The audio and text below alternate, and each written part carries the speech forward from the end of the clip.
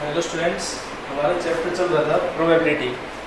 ठीक है, तो इसमें हमने पढ़ा था जो प्रोबेबिलिटी है उसके बारे में क्या होती है और उसको फाइंड आउट करने के कुछ तरीके पढ़े थे। लेकिन मान लो अगर आपको फिगर गिवन है एक सर्कल, ठीक है, और हमें पता है जो सर्कल उसमें कितने पॉइंट होते हैं, इनफाइनाइट पॉइंट होते हैं, और इसमें कोई और हमें रीजन लेते हैं इस सर्कल के अंदर। मान लो हमने ये रीजन ले लिया, ठीक है, और हमें क्या बताना है कि इस रीजन में जो पर्टिकुलर पॉइंट है, एक मान लो ये, तो इस जो पर्टिकुलर पॉइंट होगा इसकी प्रोबेबिलिटी फाइंड आउट करनी है कि जो पर्टिकुलर पॉइंट है हमारे इस रीजन के अंदर, सर्कल के अंदर एक और रीजन है उस रीजन में, तो उसकी प्रोबेबिलिटी क्या होगी। तो हम क्या करते हैं, जो हमारी प्रोबेबिलिटी है उसका फॉर्मूला क्या होता है, P of A is equal to number of favourable outcomes divide by total number of outcomes, यानी जितने फेवरेबल आउटकम्स होंगे वो और divide by total number of outcomes होंगे वो, तो हमारे ये क्या हो जाता है, प्रोबेबिलिटी होती है। लेकिन हमें क्या गिवन है, सर्कल के अंदर इनफाइनाइट पॉइंट होते हैं, तो टोटल नंबर ऑफ आउटकम हम क्या हो जाएंगे, हमारे इनफाइनाइट हो जाएंगे, तो ये तो हमारी प्रोबेबिलिटी यहाँ पर से आएगी नहीं। तो इसके लिए हम एक और प्रोबेबिलिटी डिफाइन करते हैं जो क्या होती है, ज्योमेट्रिकल प्रोबेबिलिटी। यानी इस प्रॉब्लम से बाहर आने के लिए हम एक प्रोबेबिलिटी का यूज करते हैं जिसका नाम हो जाता है हमारे पास ज्योमेट्रिकल प्रोबेबिलिटी। और ये जो प्रोबेबिलिटी है इसको अगर P से डिनोट करेंगे तो किसके इक्वल हो जाएगी, measure of specific region divide by measure of total region. यानी कि जो हमारे पास ये रीजन है कंप्लीट, यानी जो भी हम पॉइंट लेंगे इस रीजन के अंदर लेंगे, तो ये जो रीजन होगा सर्कल के अंदर ये हमारा टोटल रीजन हो जाएगा। ठीक है, तो हम इसका मेजरमेंट निकालेंगे, सर्कल है तो हम इसका एरिया निकालते हैं, अगर वॉल्यूम निकालने की जरूरत पड़ी तो हम वॉल्यूम निकालेंगे वहाँ पर। तो यहाँ पर मान लो मेजरमेंट निकालेंगे, सर्कल का जैसे एरिया निकाल लिया। नेक्स्ट जो है वो हमारे मेजर है वो स्पेसिफिक रीजन। स्पेसिफिक रीजन वो रीजन होता है जिसके अंदर हमें प्रोबेबिलिटी चाहिए। जैसे यहाँ पर हमें क्या चाहिए, जो ये पॉइंट है ना स्क्वायर के अंदर, इसकी प्रोबेबिलिटी चाहिए, तो ये स्पेसिफिक रीजन हमारा क्या बन गया, ये जो स्क्वायर है ये हमारा स्पेसिफिक रीजन हो गया। ठीक है, और ये स्पेसिफिक रीजन होगा तो इसका एरिया फाइंड आउट करेंगे और इस कंप्लीट सर्कल का एरिया दोनों को क्या कर देंगे, डिवाइड कर देंगे, तो हमारे पास प्रोबेबिलिटी आ जाएगी। अब इसके लिए हमारे पास कुछ एग्जांपल्स है।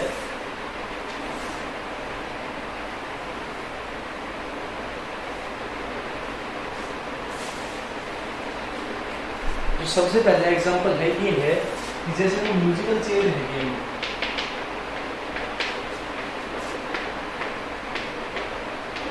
वो 2 मिनट्स, यानी कि कोई म्यूजिकल चेयर गेम है कितनी देर का, 2 मिनट्स का है। तो हमें क्या फाइंड करनी है, प्रोबेबिलिटी करो दैट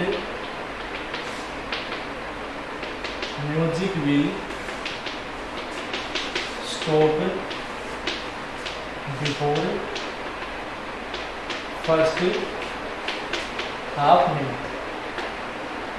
यानी जो कंप्लीट क्वेश्चन है वो क्या है कि कोई म्यूजिकल चेयर का गेम होने लग रहा है हमारे पास, और उसमें जो पर्सन जो म्यूजिक प्ले कर उसको ये एडवाइस है कि वो म्यूजिक है ना वो 2 मिनट से पहले कभी भी रोक सकता है। ठीक है, तो कभी भी म्यूजिक को रोक सकता है, तो हमें प्रोबेबिलिटी बतानी है कि जो म्यूजिक स्टॉप करेगा वो फर्स्ट हाफ मिनट में स्टॉप करेगा, यानी कि जो पहले 30 सेकेंड्स होंगे उसमें म्यूजिक स्टॉप होगा, उसकी प्रोबेबिलिटी बतानी है। तो हम क्या करते हैं, इसको ज्योमेट्रिकली एक नंबर लाइन पे लिख लें।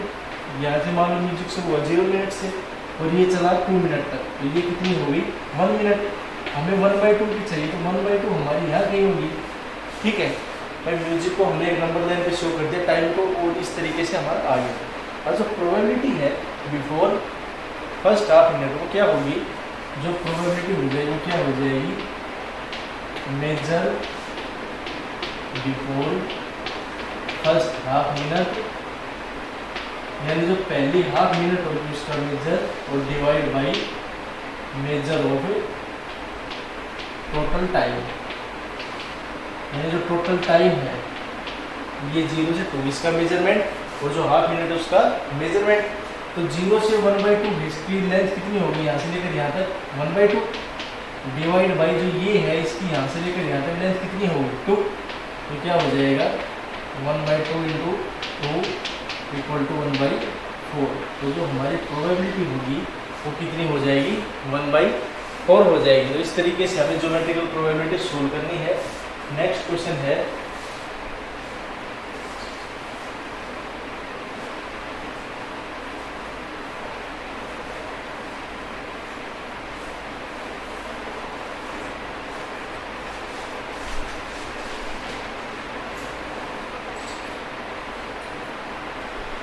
मान लो आपको एक फिगर गिवन है इस टाइप से,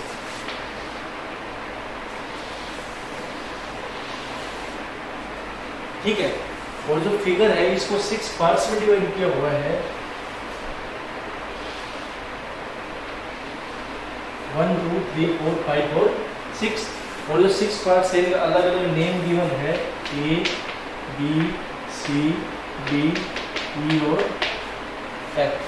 ये फिगर हो गई और इसमें डिवाइड है। अब क्या गिवन है कि जो टॉप व्यू होगा किसी ओपन स्फीयर का that is divided into 6 compartment with wall of equal height. यानी कि जो कोई डब्बा है हमारे पास, कोई बॉक्स ले लिया हमने, उसका जो टॉप व्यू लेंगे स्क्वायर बॉक्स का वो हमारे पास इस टाइप का है, सेम हाइट उन कंपार्टमेंट की सभी की, ठीक है।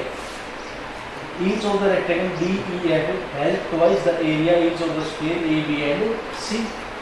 कि जो ये हमारे रेक्टेंगल बने हुए हैं स्क्वायर, यानी कि जो एरिया है of rectangles D E and F is twice than area of square AB C। यानी कि जो इनका एरिया है वो इन सभी स्क्वायर के एरिया से डबल है। तो हमें क्या फाइंड आउट करना है, कोई मार्बल ड्रॉप करते हैं हम, तो इस फिगर के अंदर हमने कोई मार्बल ड्रॉप कर दी और क्या बताना है कि it falls into one of the compartment, वो किसी भी एक कंपार्टमेंट में फॉल होगी। तो प्रोबेबिलिटी बताओ कि जो कंपार्टमेंट में फॉल होगी ना वो एफ कंपार्टमेंट होगा। फिर प्रोबेबिलिटी बतानी है that ball fall in F. सबसे पहले हम क्या करें, टोटल एरिया, उसके बाद एफ का एरिया। तो हम क्या लेके चलते हैं, लेट टोटल एरिया भी। सबसे पहले एरिया से रिलेटेड हमें कुछ चीज़ें गिवन नहीं है, तो इसमें हम क्या मानेंगे, जो स्क्वायर है ना वो एरिया, जो स्क्वायर होंगे हमारे ये ए बी और सी, यहाँ पर रेक्टेंगल हो गए डी और एफ।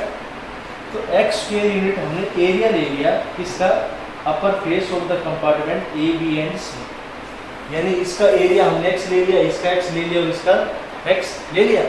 तो हम क्या लेके चलेंगे, let area of A B x square unit. A का एरिया कितना होगा एक्स स्क्वायर यूनिट। अब बी का एरिया कितना हो जाएगा, ये भी एक्स हो जाएगा और सी का एरिया भी एक्स। अब क्या कह रहे हैं, बी का एरिया वो इसके एरिया से डबल है, क्वेश्चन में गिवन है। तो जब डी होगा उसका एरिया कितना हो जाएगा 2x, ई है उसका भी डबल है 2x, और एफ है उसका एरिया भी डबल हो जाएगा।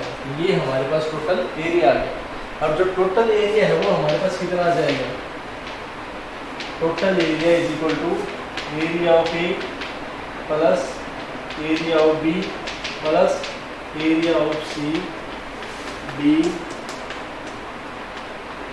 ई एंड एफ। यानी जो ए बी सी डी ये तीनों और ये तीनों इन सभी के एरिया का सब इसके इक्वल आएगा, x plus x plus x 2x plus 2x। तो 2 4 6 7 8 9, तो किसके इक्वल आ गया 9x स्क्वायर यूनिट।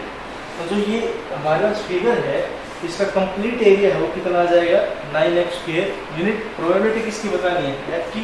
तो इसके लिए क्या लिखेंगे, area of F is equal to 2x। तो प्रोबेबिलिटी जो होगी हमारी इसको स्मॉल पी से डिनोट करते हैं। जो हमें क्या चाहिए, एफ के अंदर बॉल गिरे उसके लिए क्या हो जाएगी, area of F divide by total area, किसके इक्वल हो जाएगा 2x upon 9x equal to 2 upon 9। ये जो हमारी प्रोबेबिलिटी होगी वो प्रोबेबिलिटी होगी जिसमें जो मार्बल बॉल है वो एफ के कंपार्टमेंट में गिरेगी। नेक्स्ट हमारे पास है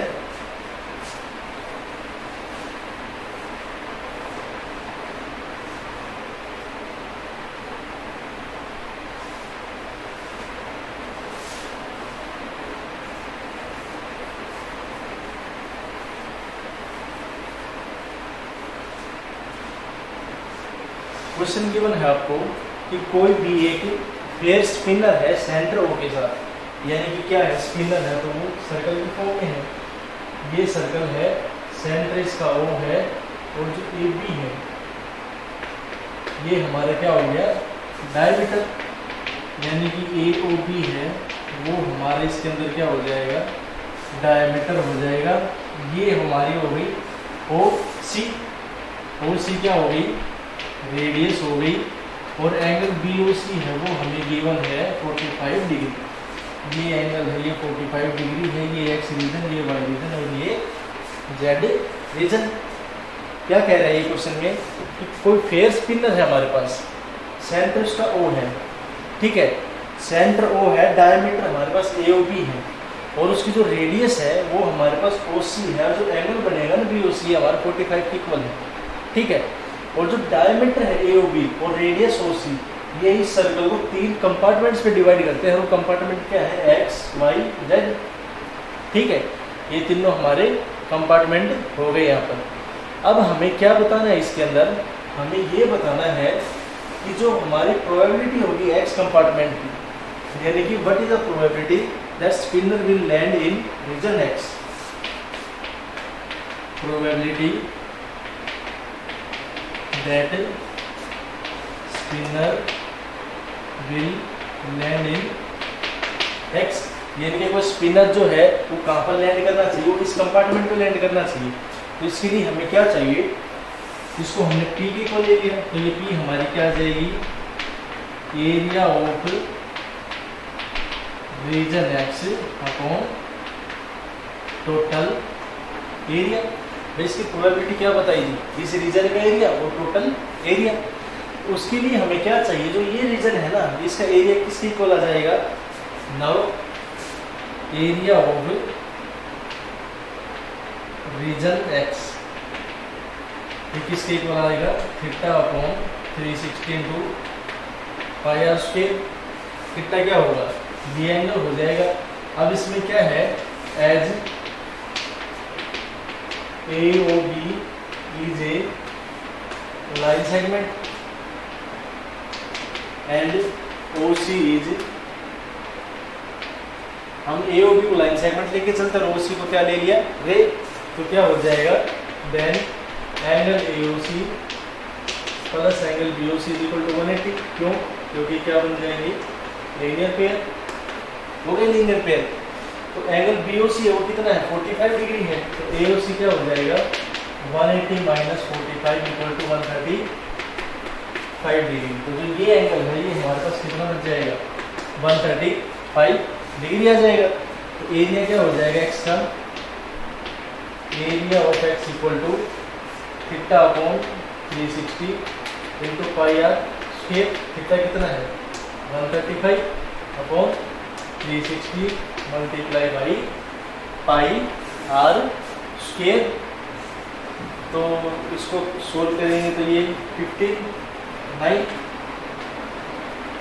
और 8 यानी कि 3 अपॉन 8 पाई आर स्क्वायर, जो ये रीजन है इसका एरिया है। अब टोटल एरिया क्या आ जाएगा, टोटल एरिया ऑफ सर्कल इसके इक्वल होता है ये पाई आर स्क्वायर की। प्रोबेबिलिटी क्या हो जाएगी, जो एरिया ऑफ एक्स ये और टोटल एरिया से डिवाइड करेंगे, यानी कि 3 upon 8 pi R square upon pi R square cancel. तो प्रोबेबिलिटी किसके इक्वल आ जाएगी 3/8 के इक्वल आ जाएगा। तो ये हमारे इसका आंसर हो जाएगा। नेक्स्ट क्वेश्चन है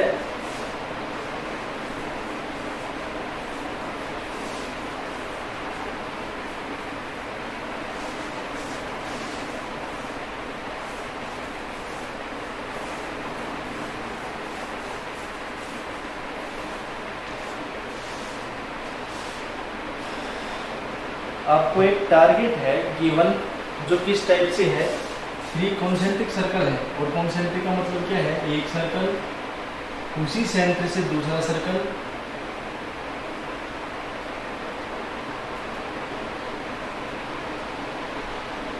और उस सेंटर के साथ तीसरा सर्कल। कॉन्सेंट्रिक सर्कल वो सर्कल होते हैं जो एक सेंटर से ही हम क्या कर सकते हैं, उनको ड्रा करते हैं, यानी कि जिन सर्कल का सेंटर सेम हो वो क्या हो जाते हैं, कॉन्सेंट्रिक सर्कल हो जाते हैं। यहाँ से एक पॉइंट पर ये है ए, ये बी और ये सी, ए बी और सी, ठीक है। ए बी सी पॉइंट हो गई। ए है वो हमारा 3 है, बी 7 है और सी 9 है। और जो ये रीजन है ना फर्स्ट और सेकंड सर्कल के बीच में, ये हमारा कैसा रीजन है, ये कोई भी शेडेड रीजन है, ठीक है। ये कोई भी हमारे क्या गिवन है, टारगेट गिवन हो गया, कॉन्सेंट्रिक सर्कल हो गई, ओ ए, ओ बी और ओ सी अलग अलग रेडियस हो गई। जो ओ ए है वो कितना होगा 3, ओ बी 7 और ओ सी 9, तो 3, 7, 9 की रेडियस होगी। तो कोई हम डार्ट थ्रो करते हैं, डार्ट जो क्या हो जाएगा उसको थ्रो करेंगे and land on the target, वो टारगेट के ऊपर लैंड करेगी। तो प्रोबेबिलिटी बतानी है कि that the dart will land on the shaded region. तो पी हमें बतानी है प्रोबेबिलिटी दैट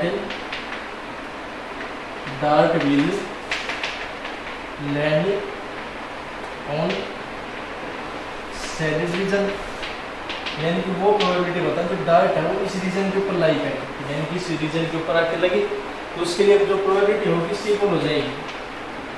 वो क्या हो जाएगा,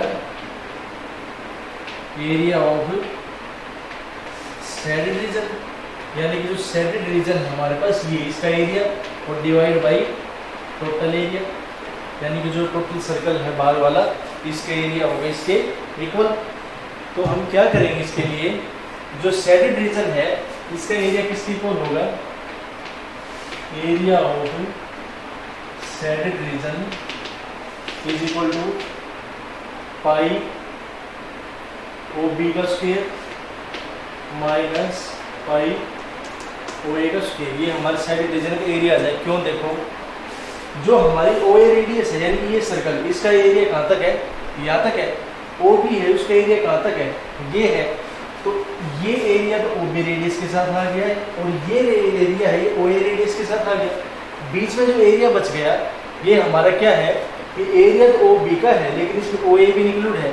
अगर ओ बी का एरिया है इसमें से हम ओ ए का एरिया माइनस कर दें तो एरिया हमारे पास कौन सा बचेगा, सिर्फ वो एरिया बचेगा जो शेडेड रीजन के अंदर है, ठीक है।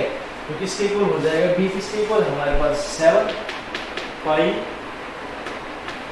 7 स्क्वायर माइनस पाई 3 स्क्वायर, पाई कॉमन लेंगे तो 49 माइनस 9 पाई इंटू 40। तो जो शेडेड रीजन है उसका एरिया हमारे पास कितना आ गया, 40 इंटू पाई, यानी कि 40 पाई के इक्वल आ गया। नेक्स्ट हमें क्या चाहिए, कंप्लीट एरिया। तो एरिया ऑफ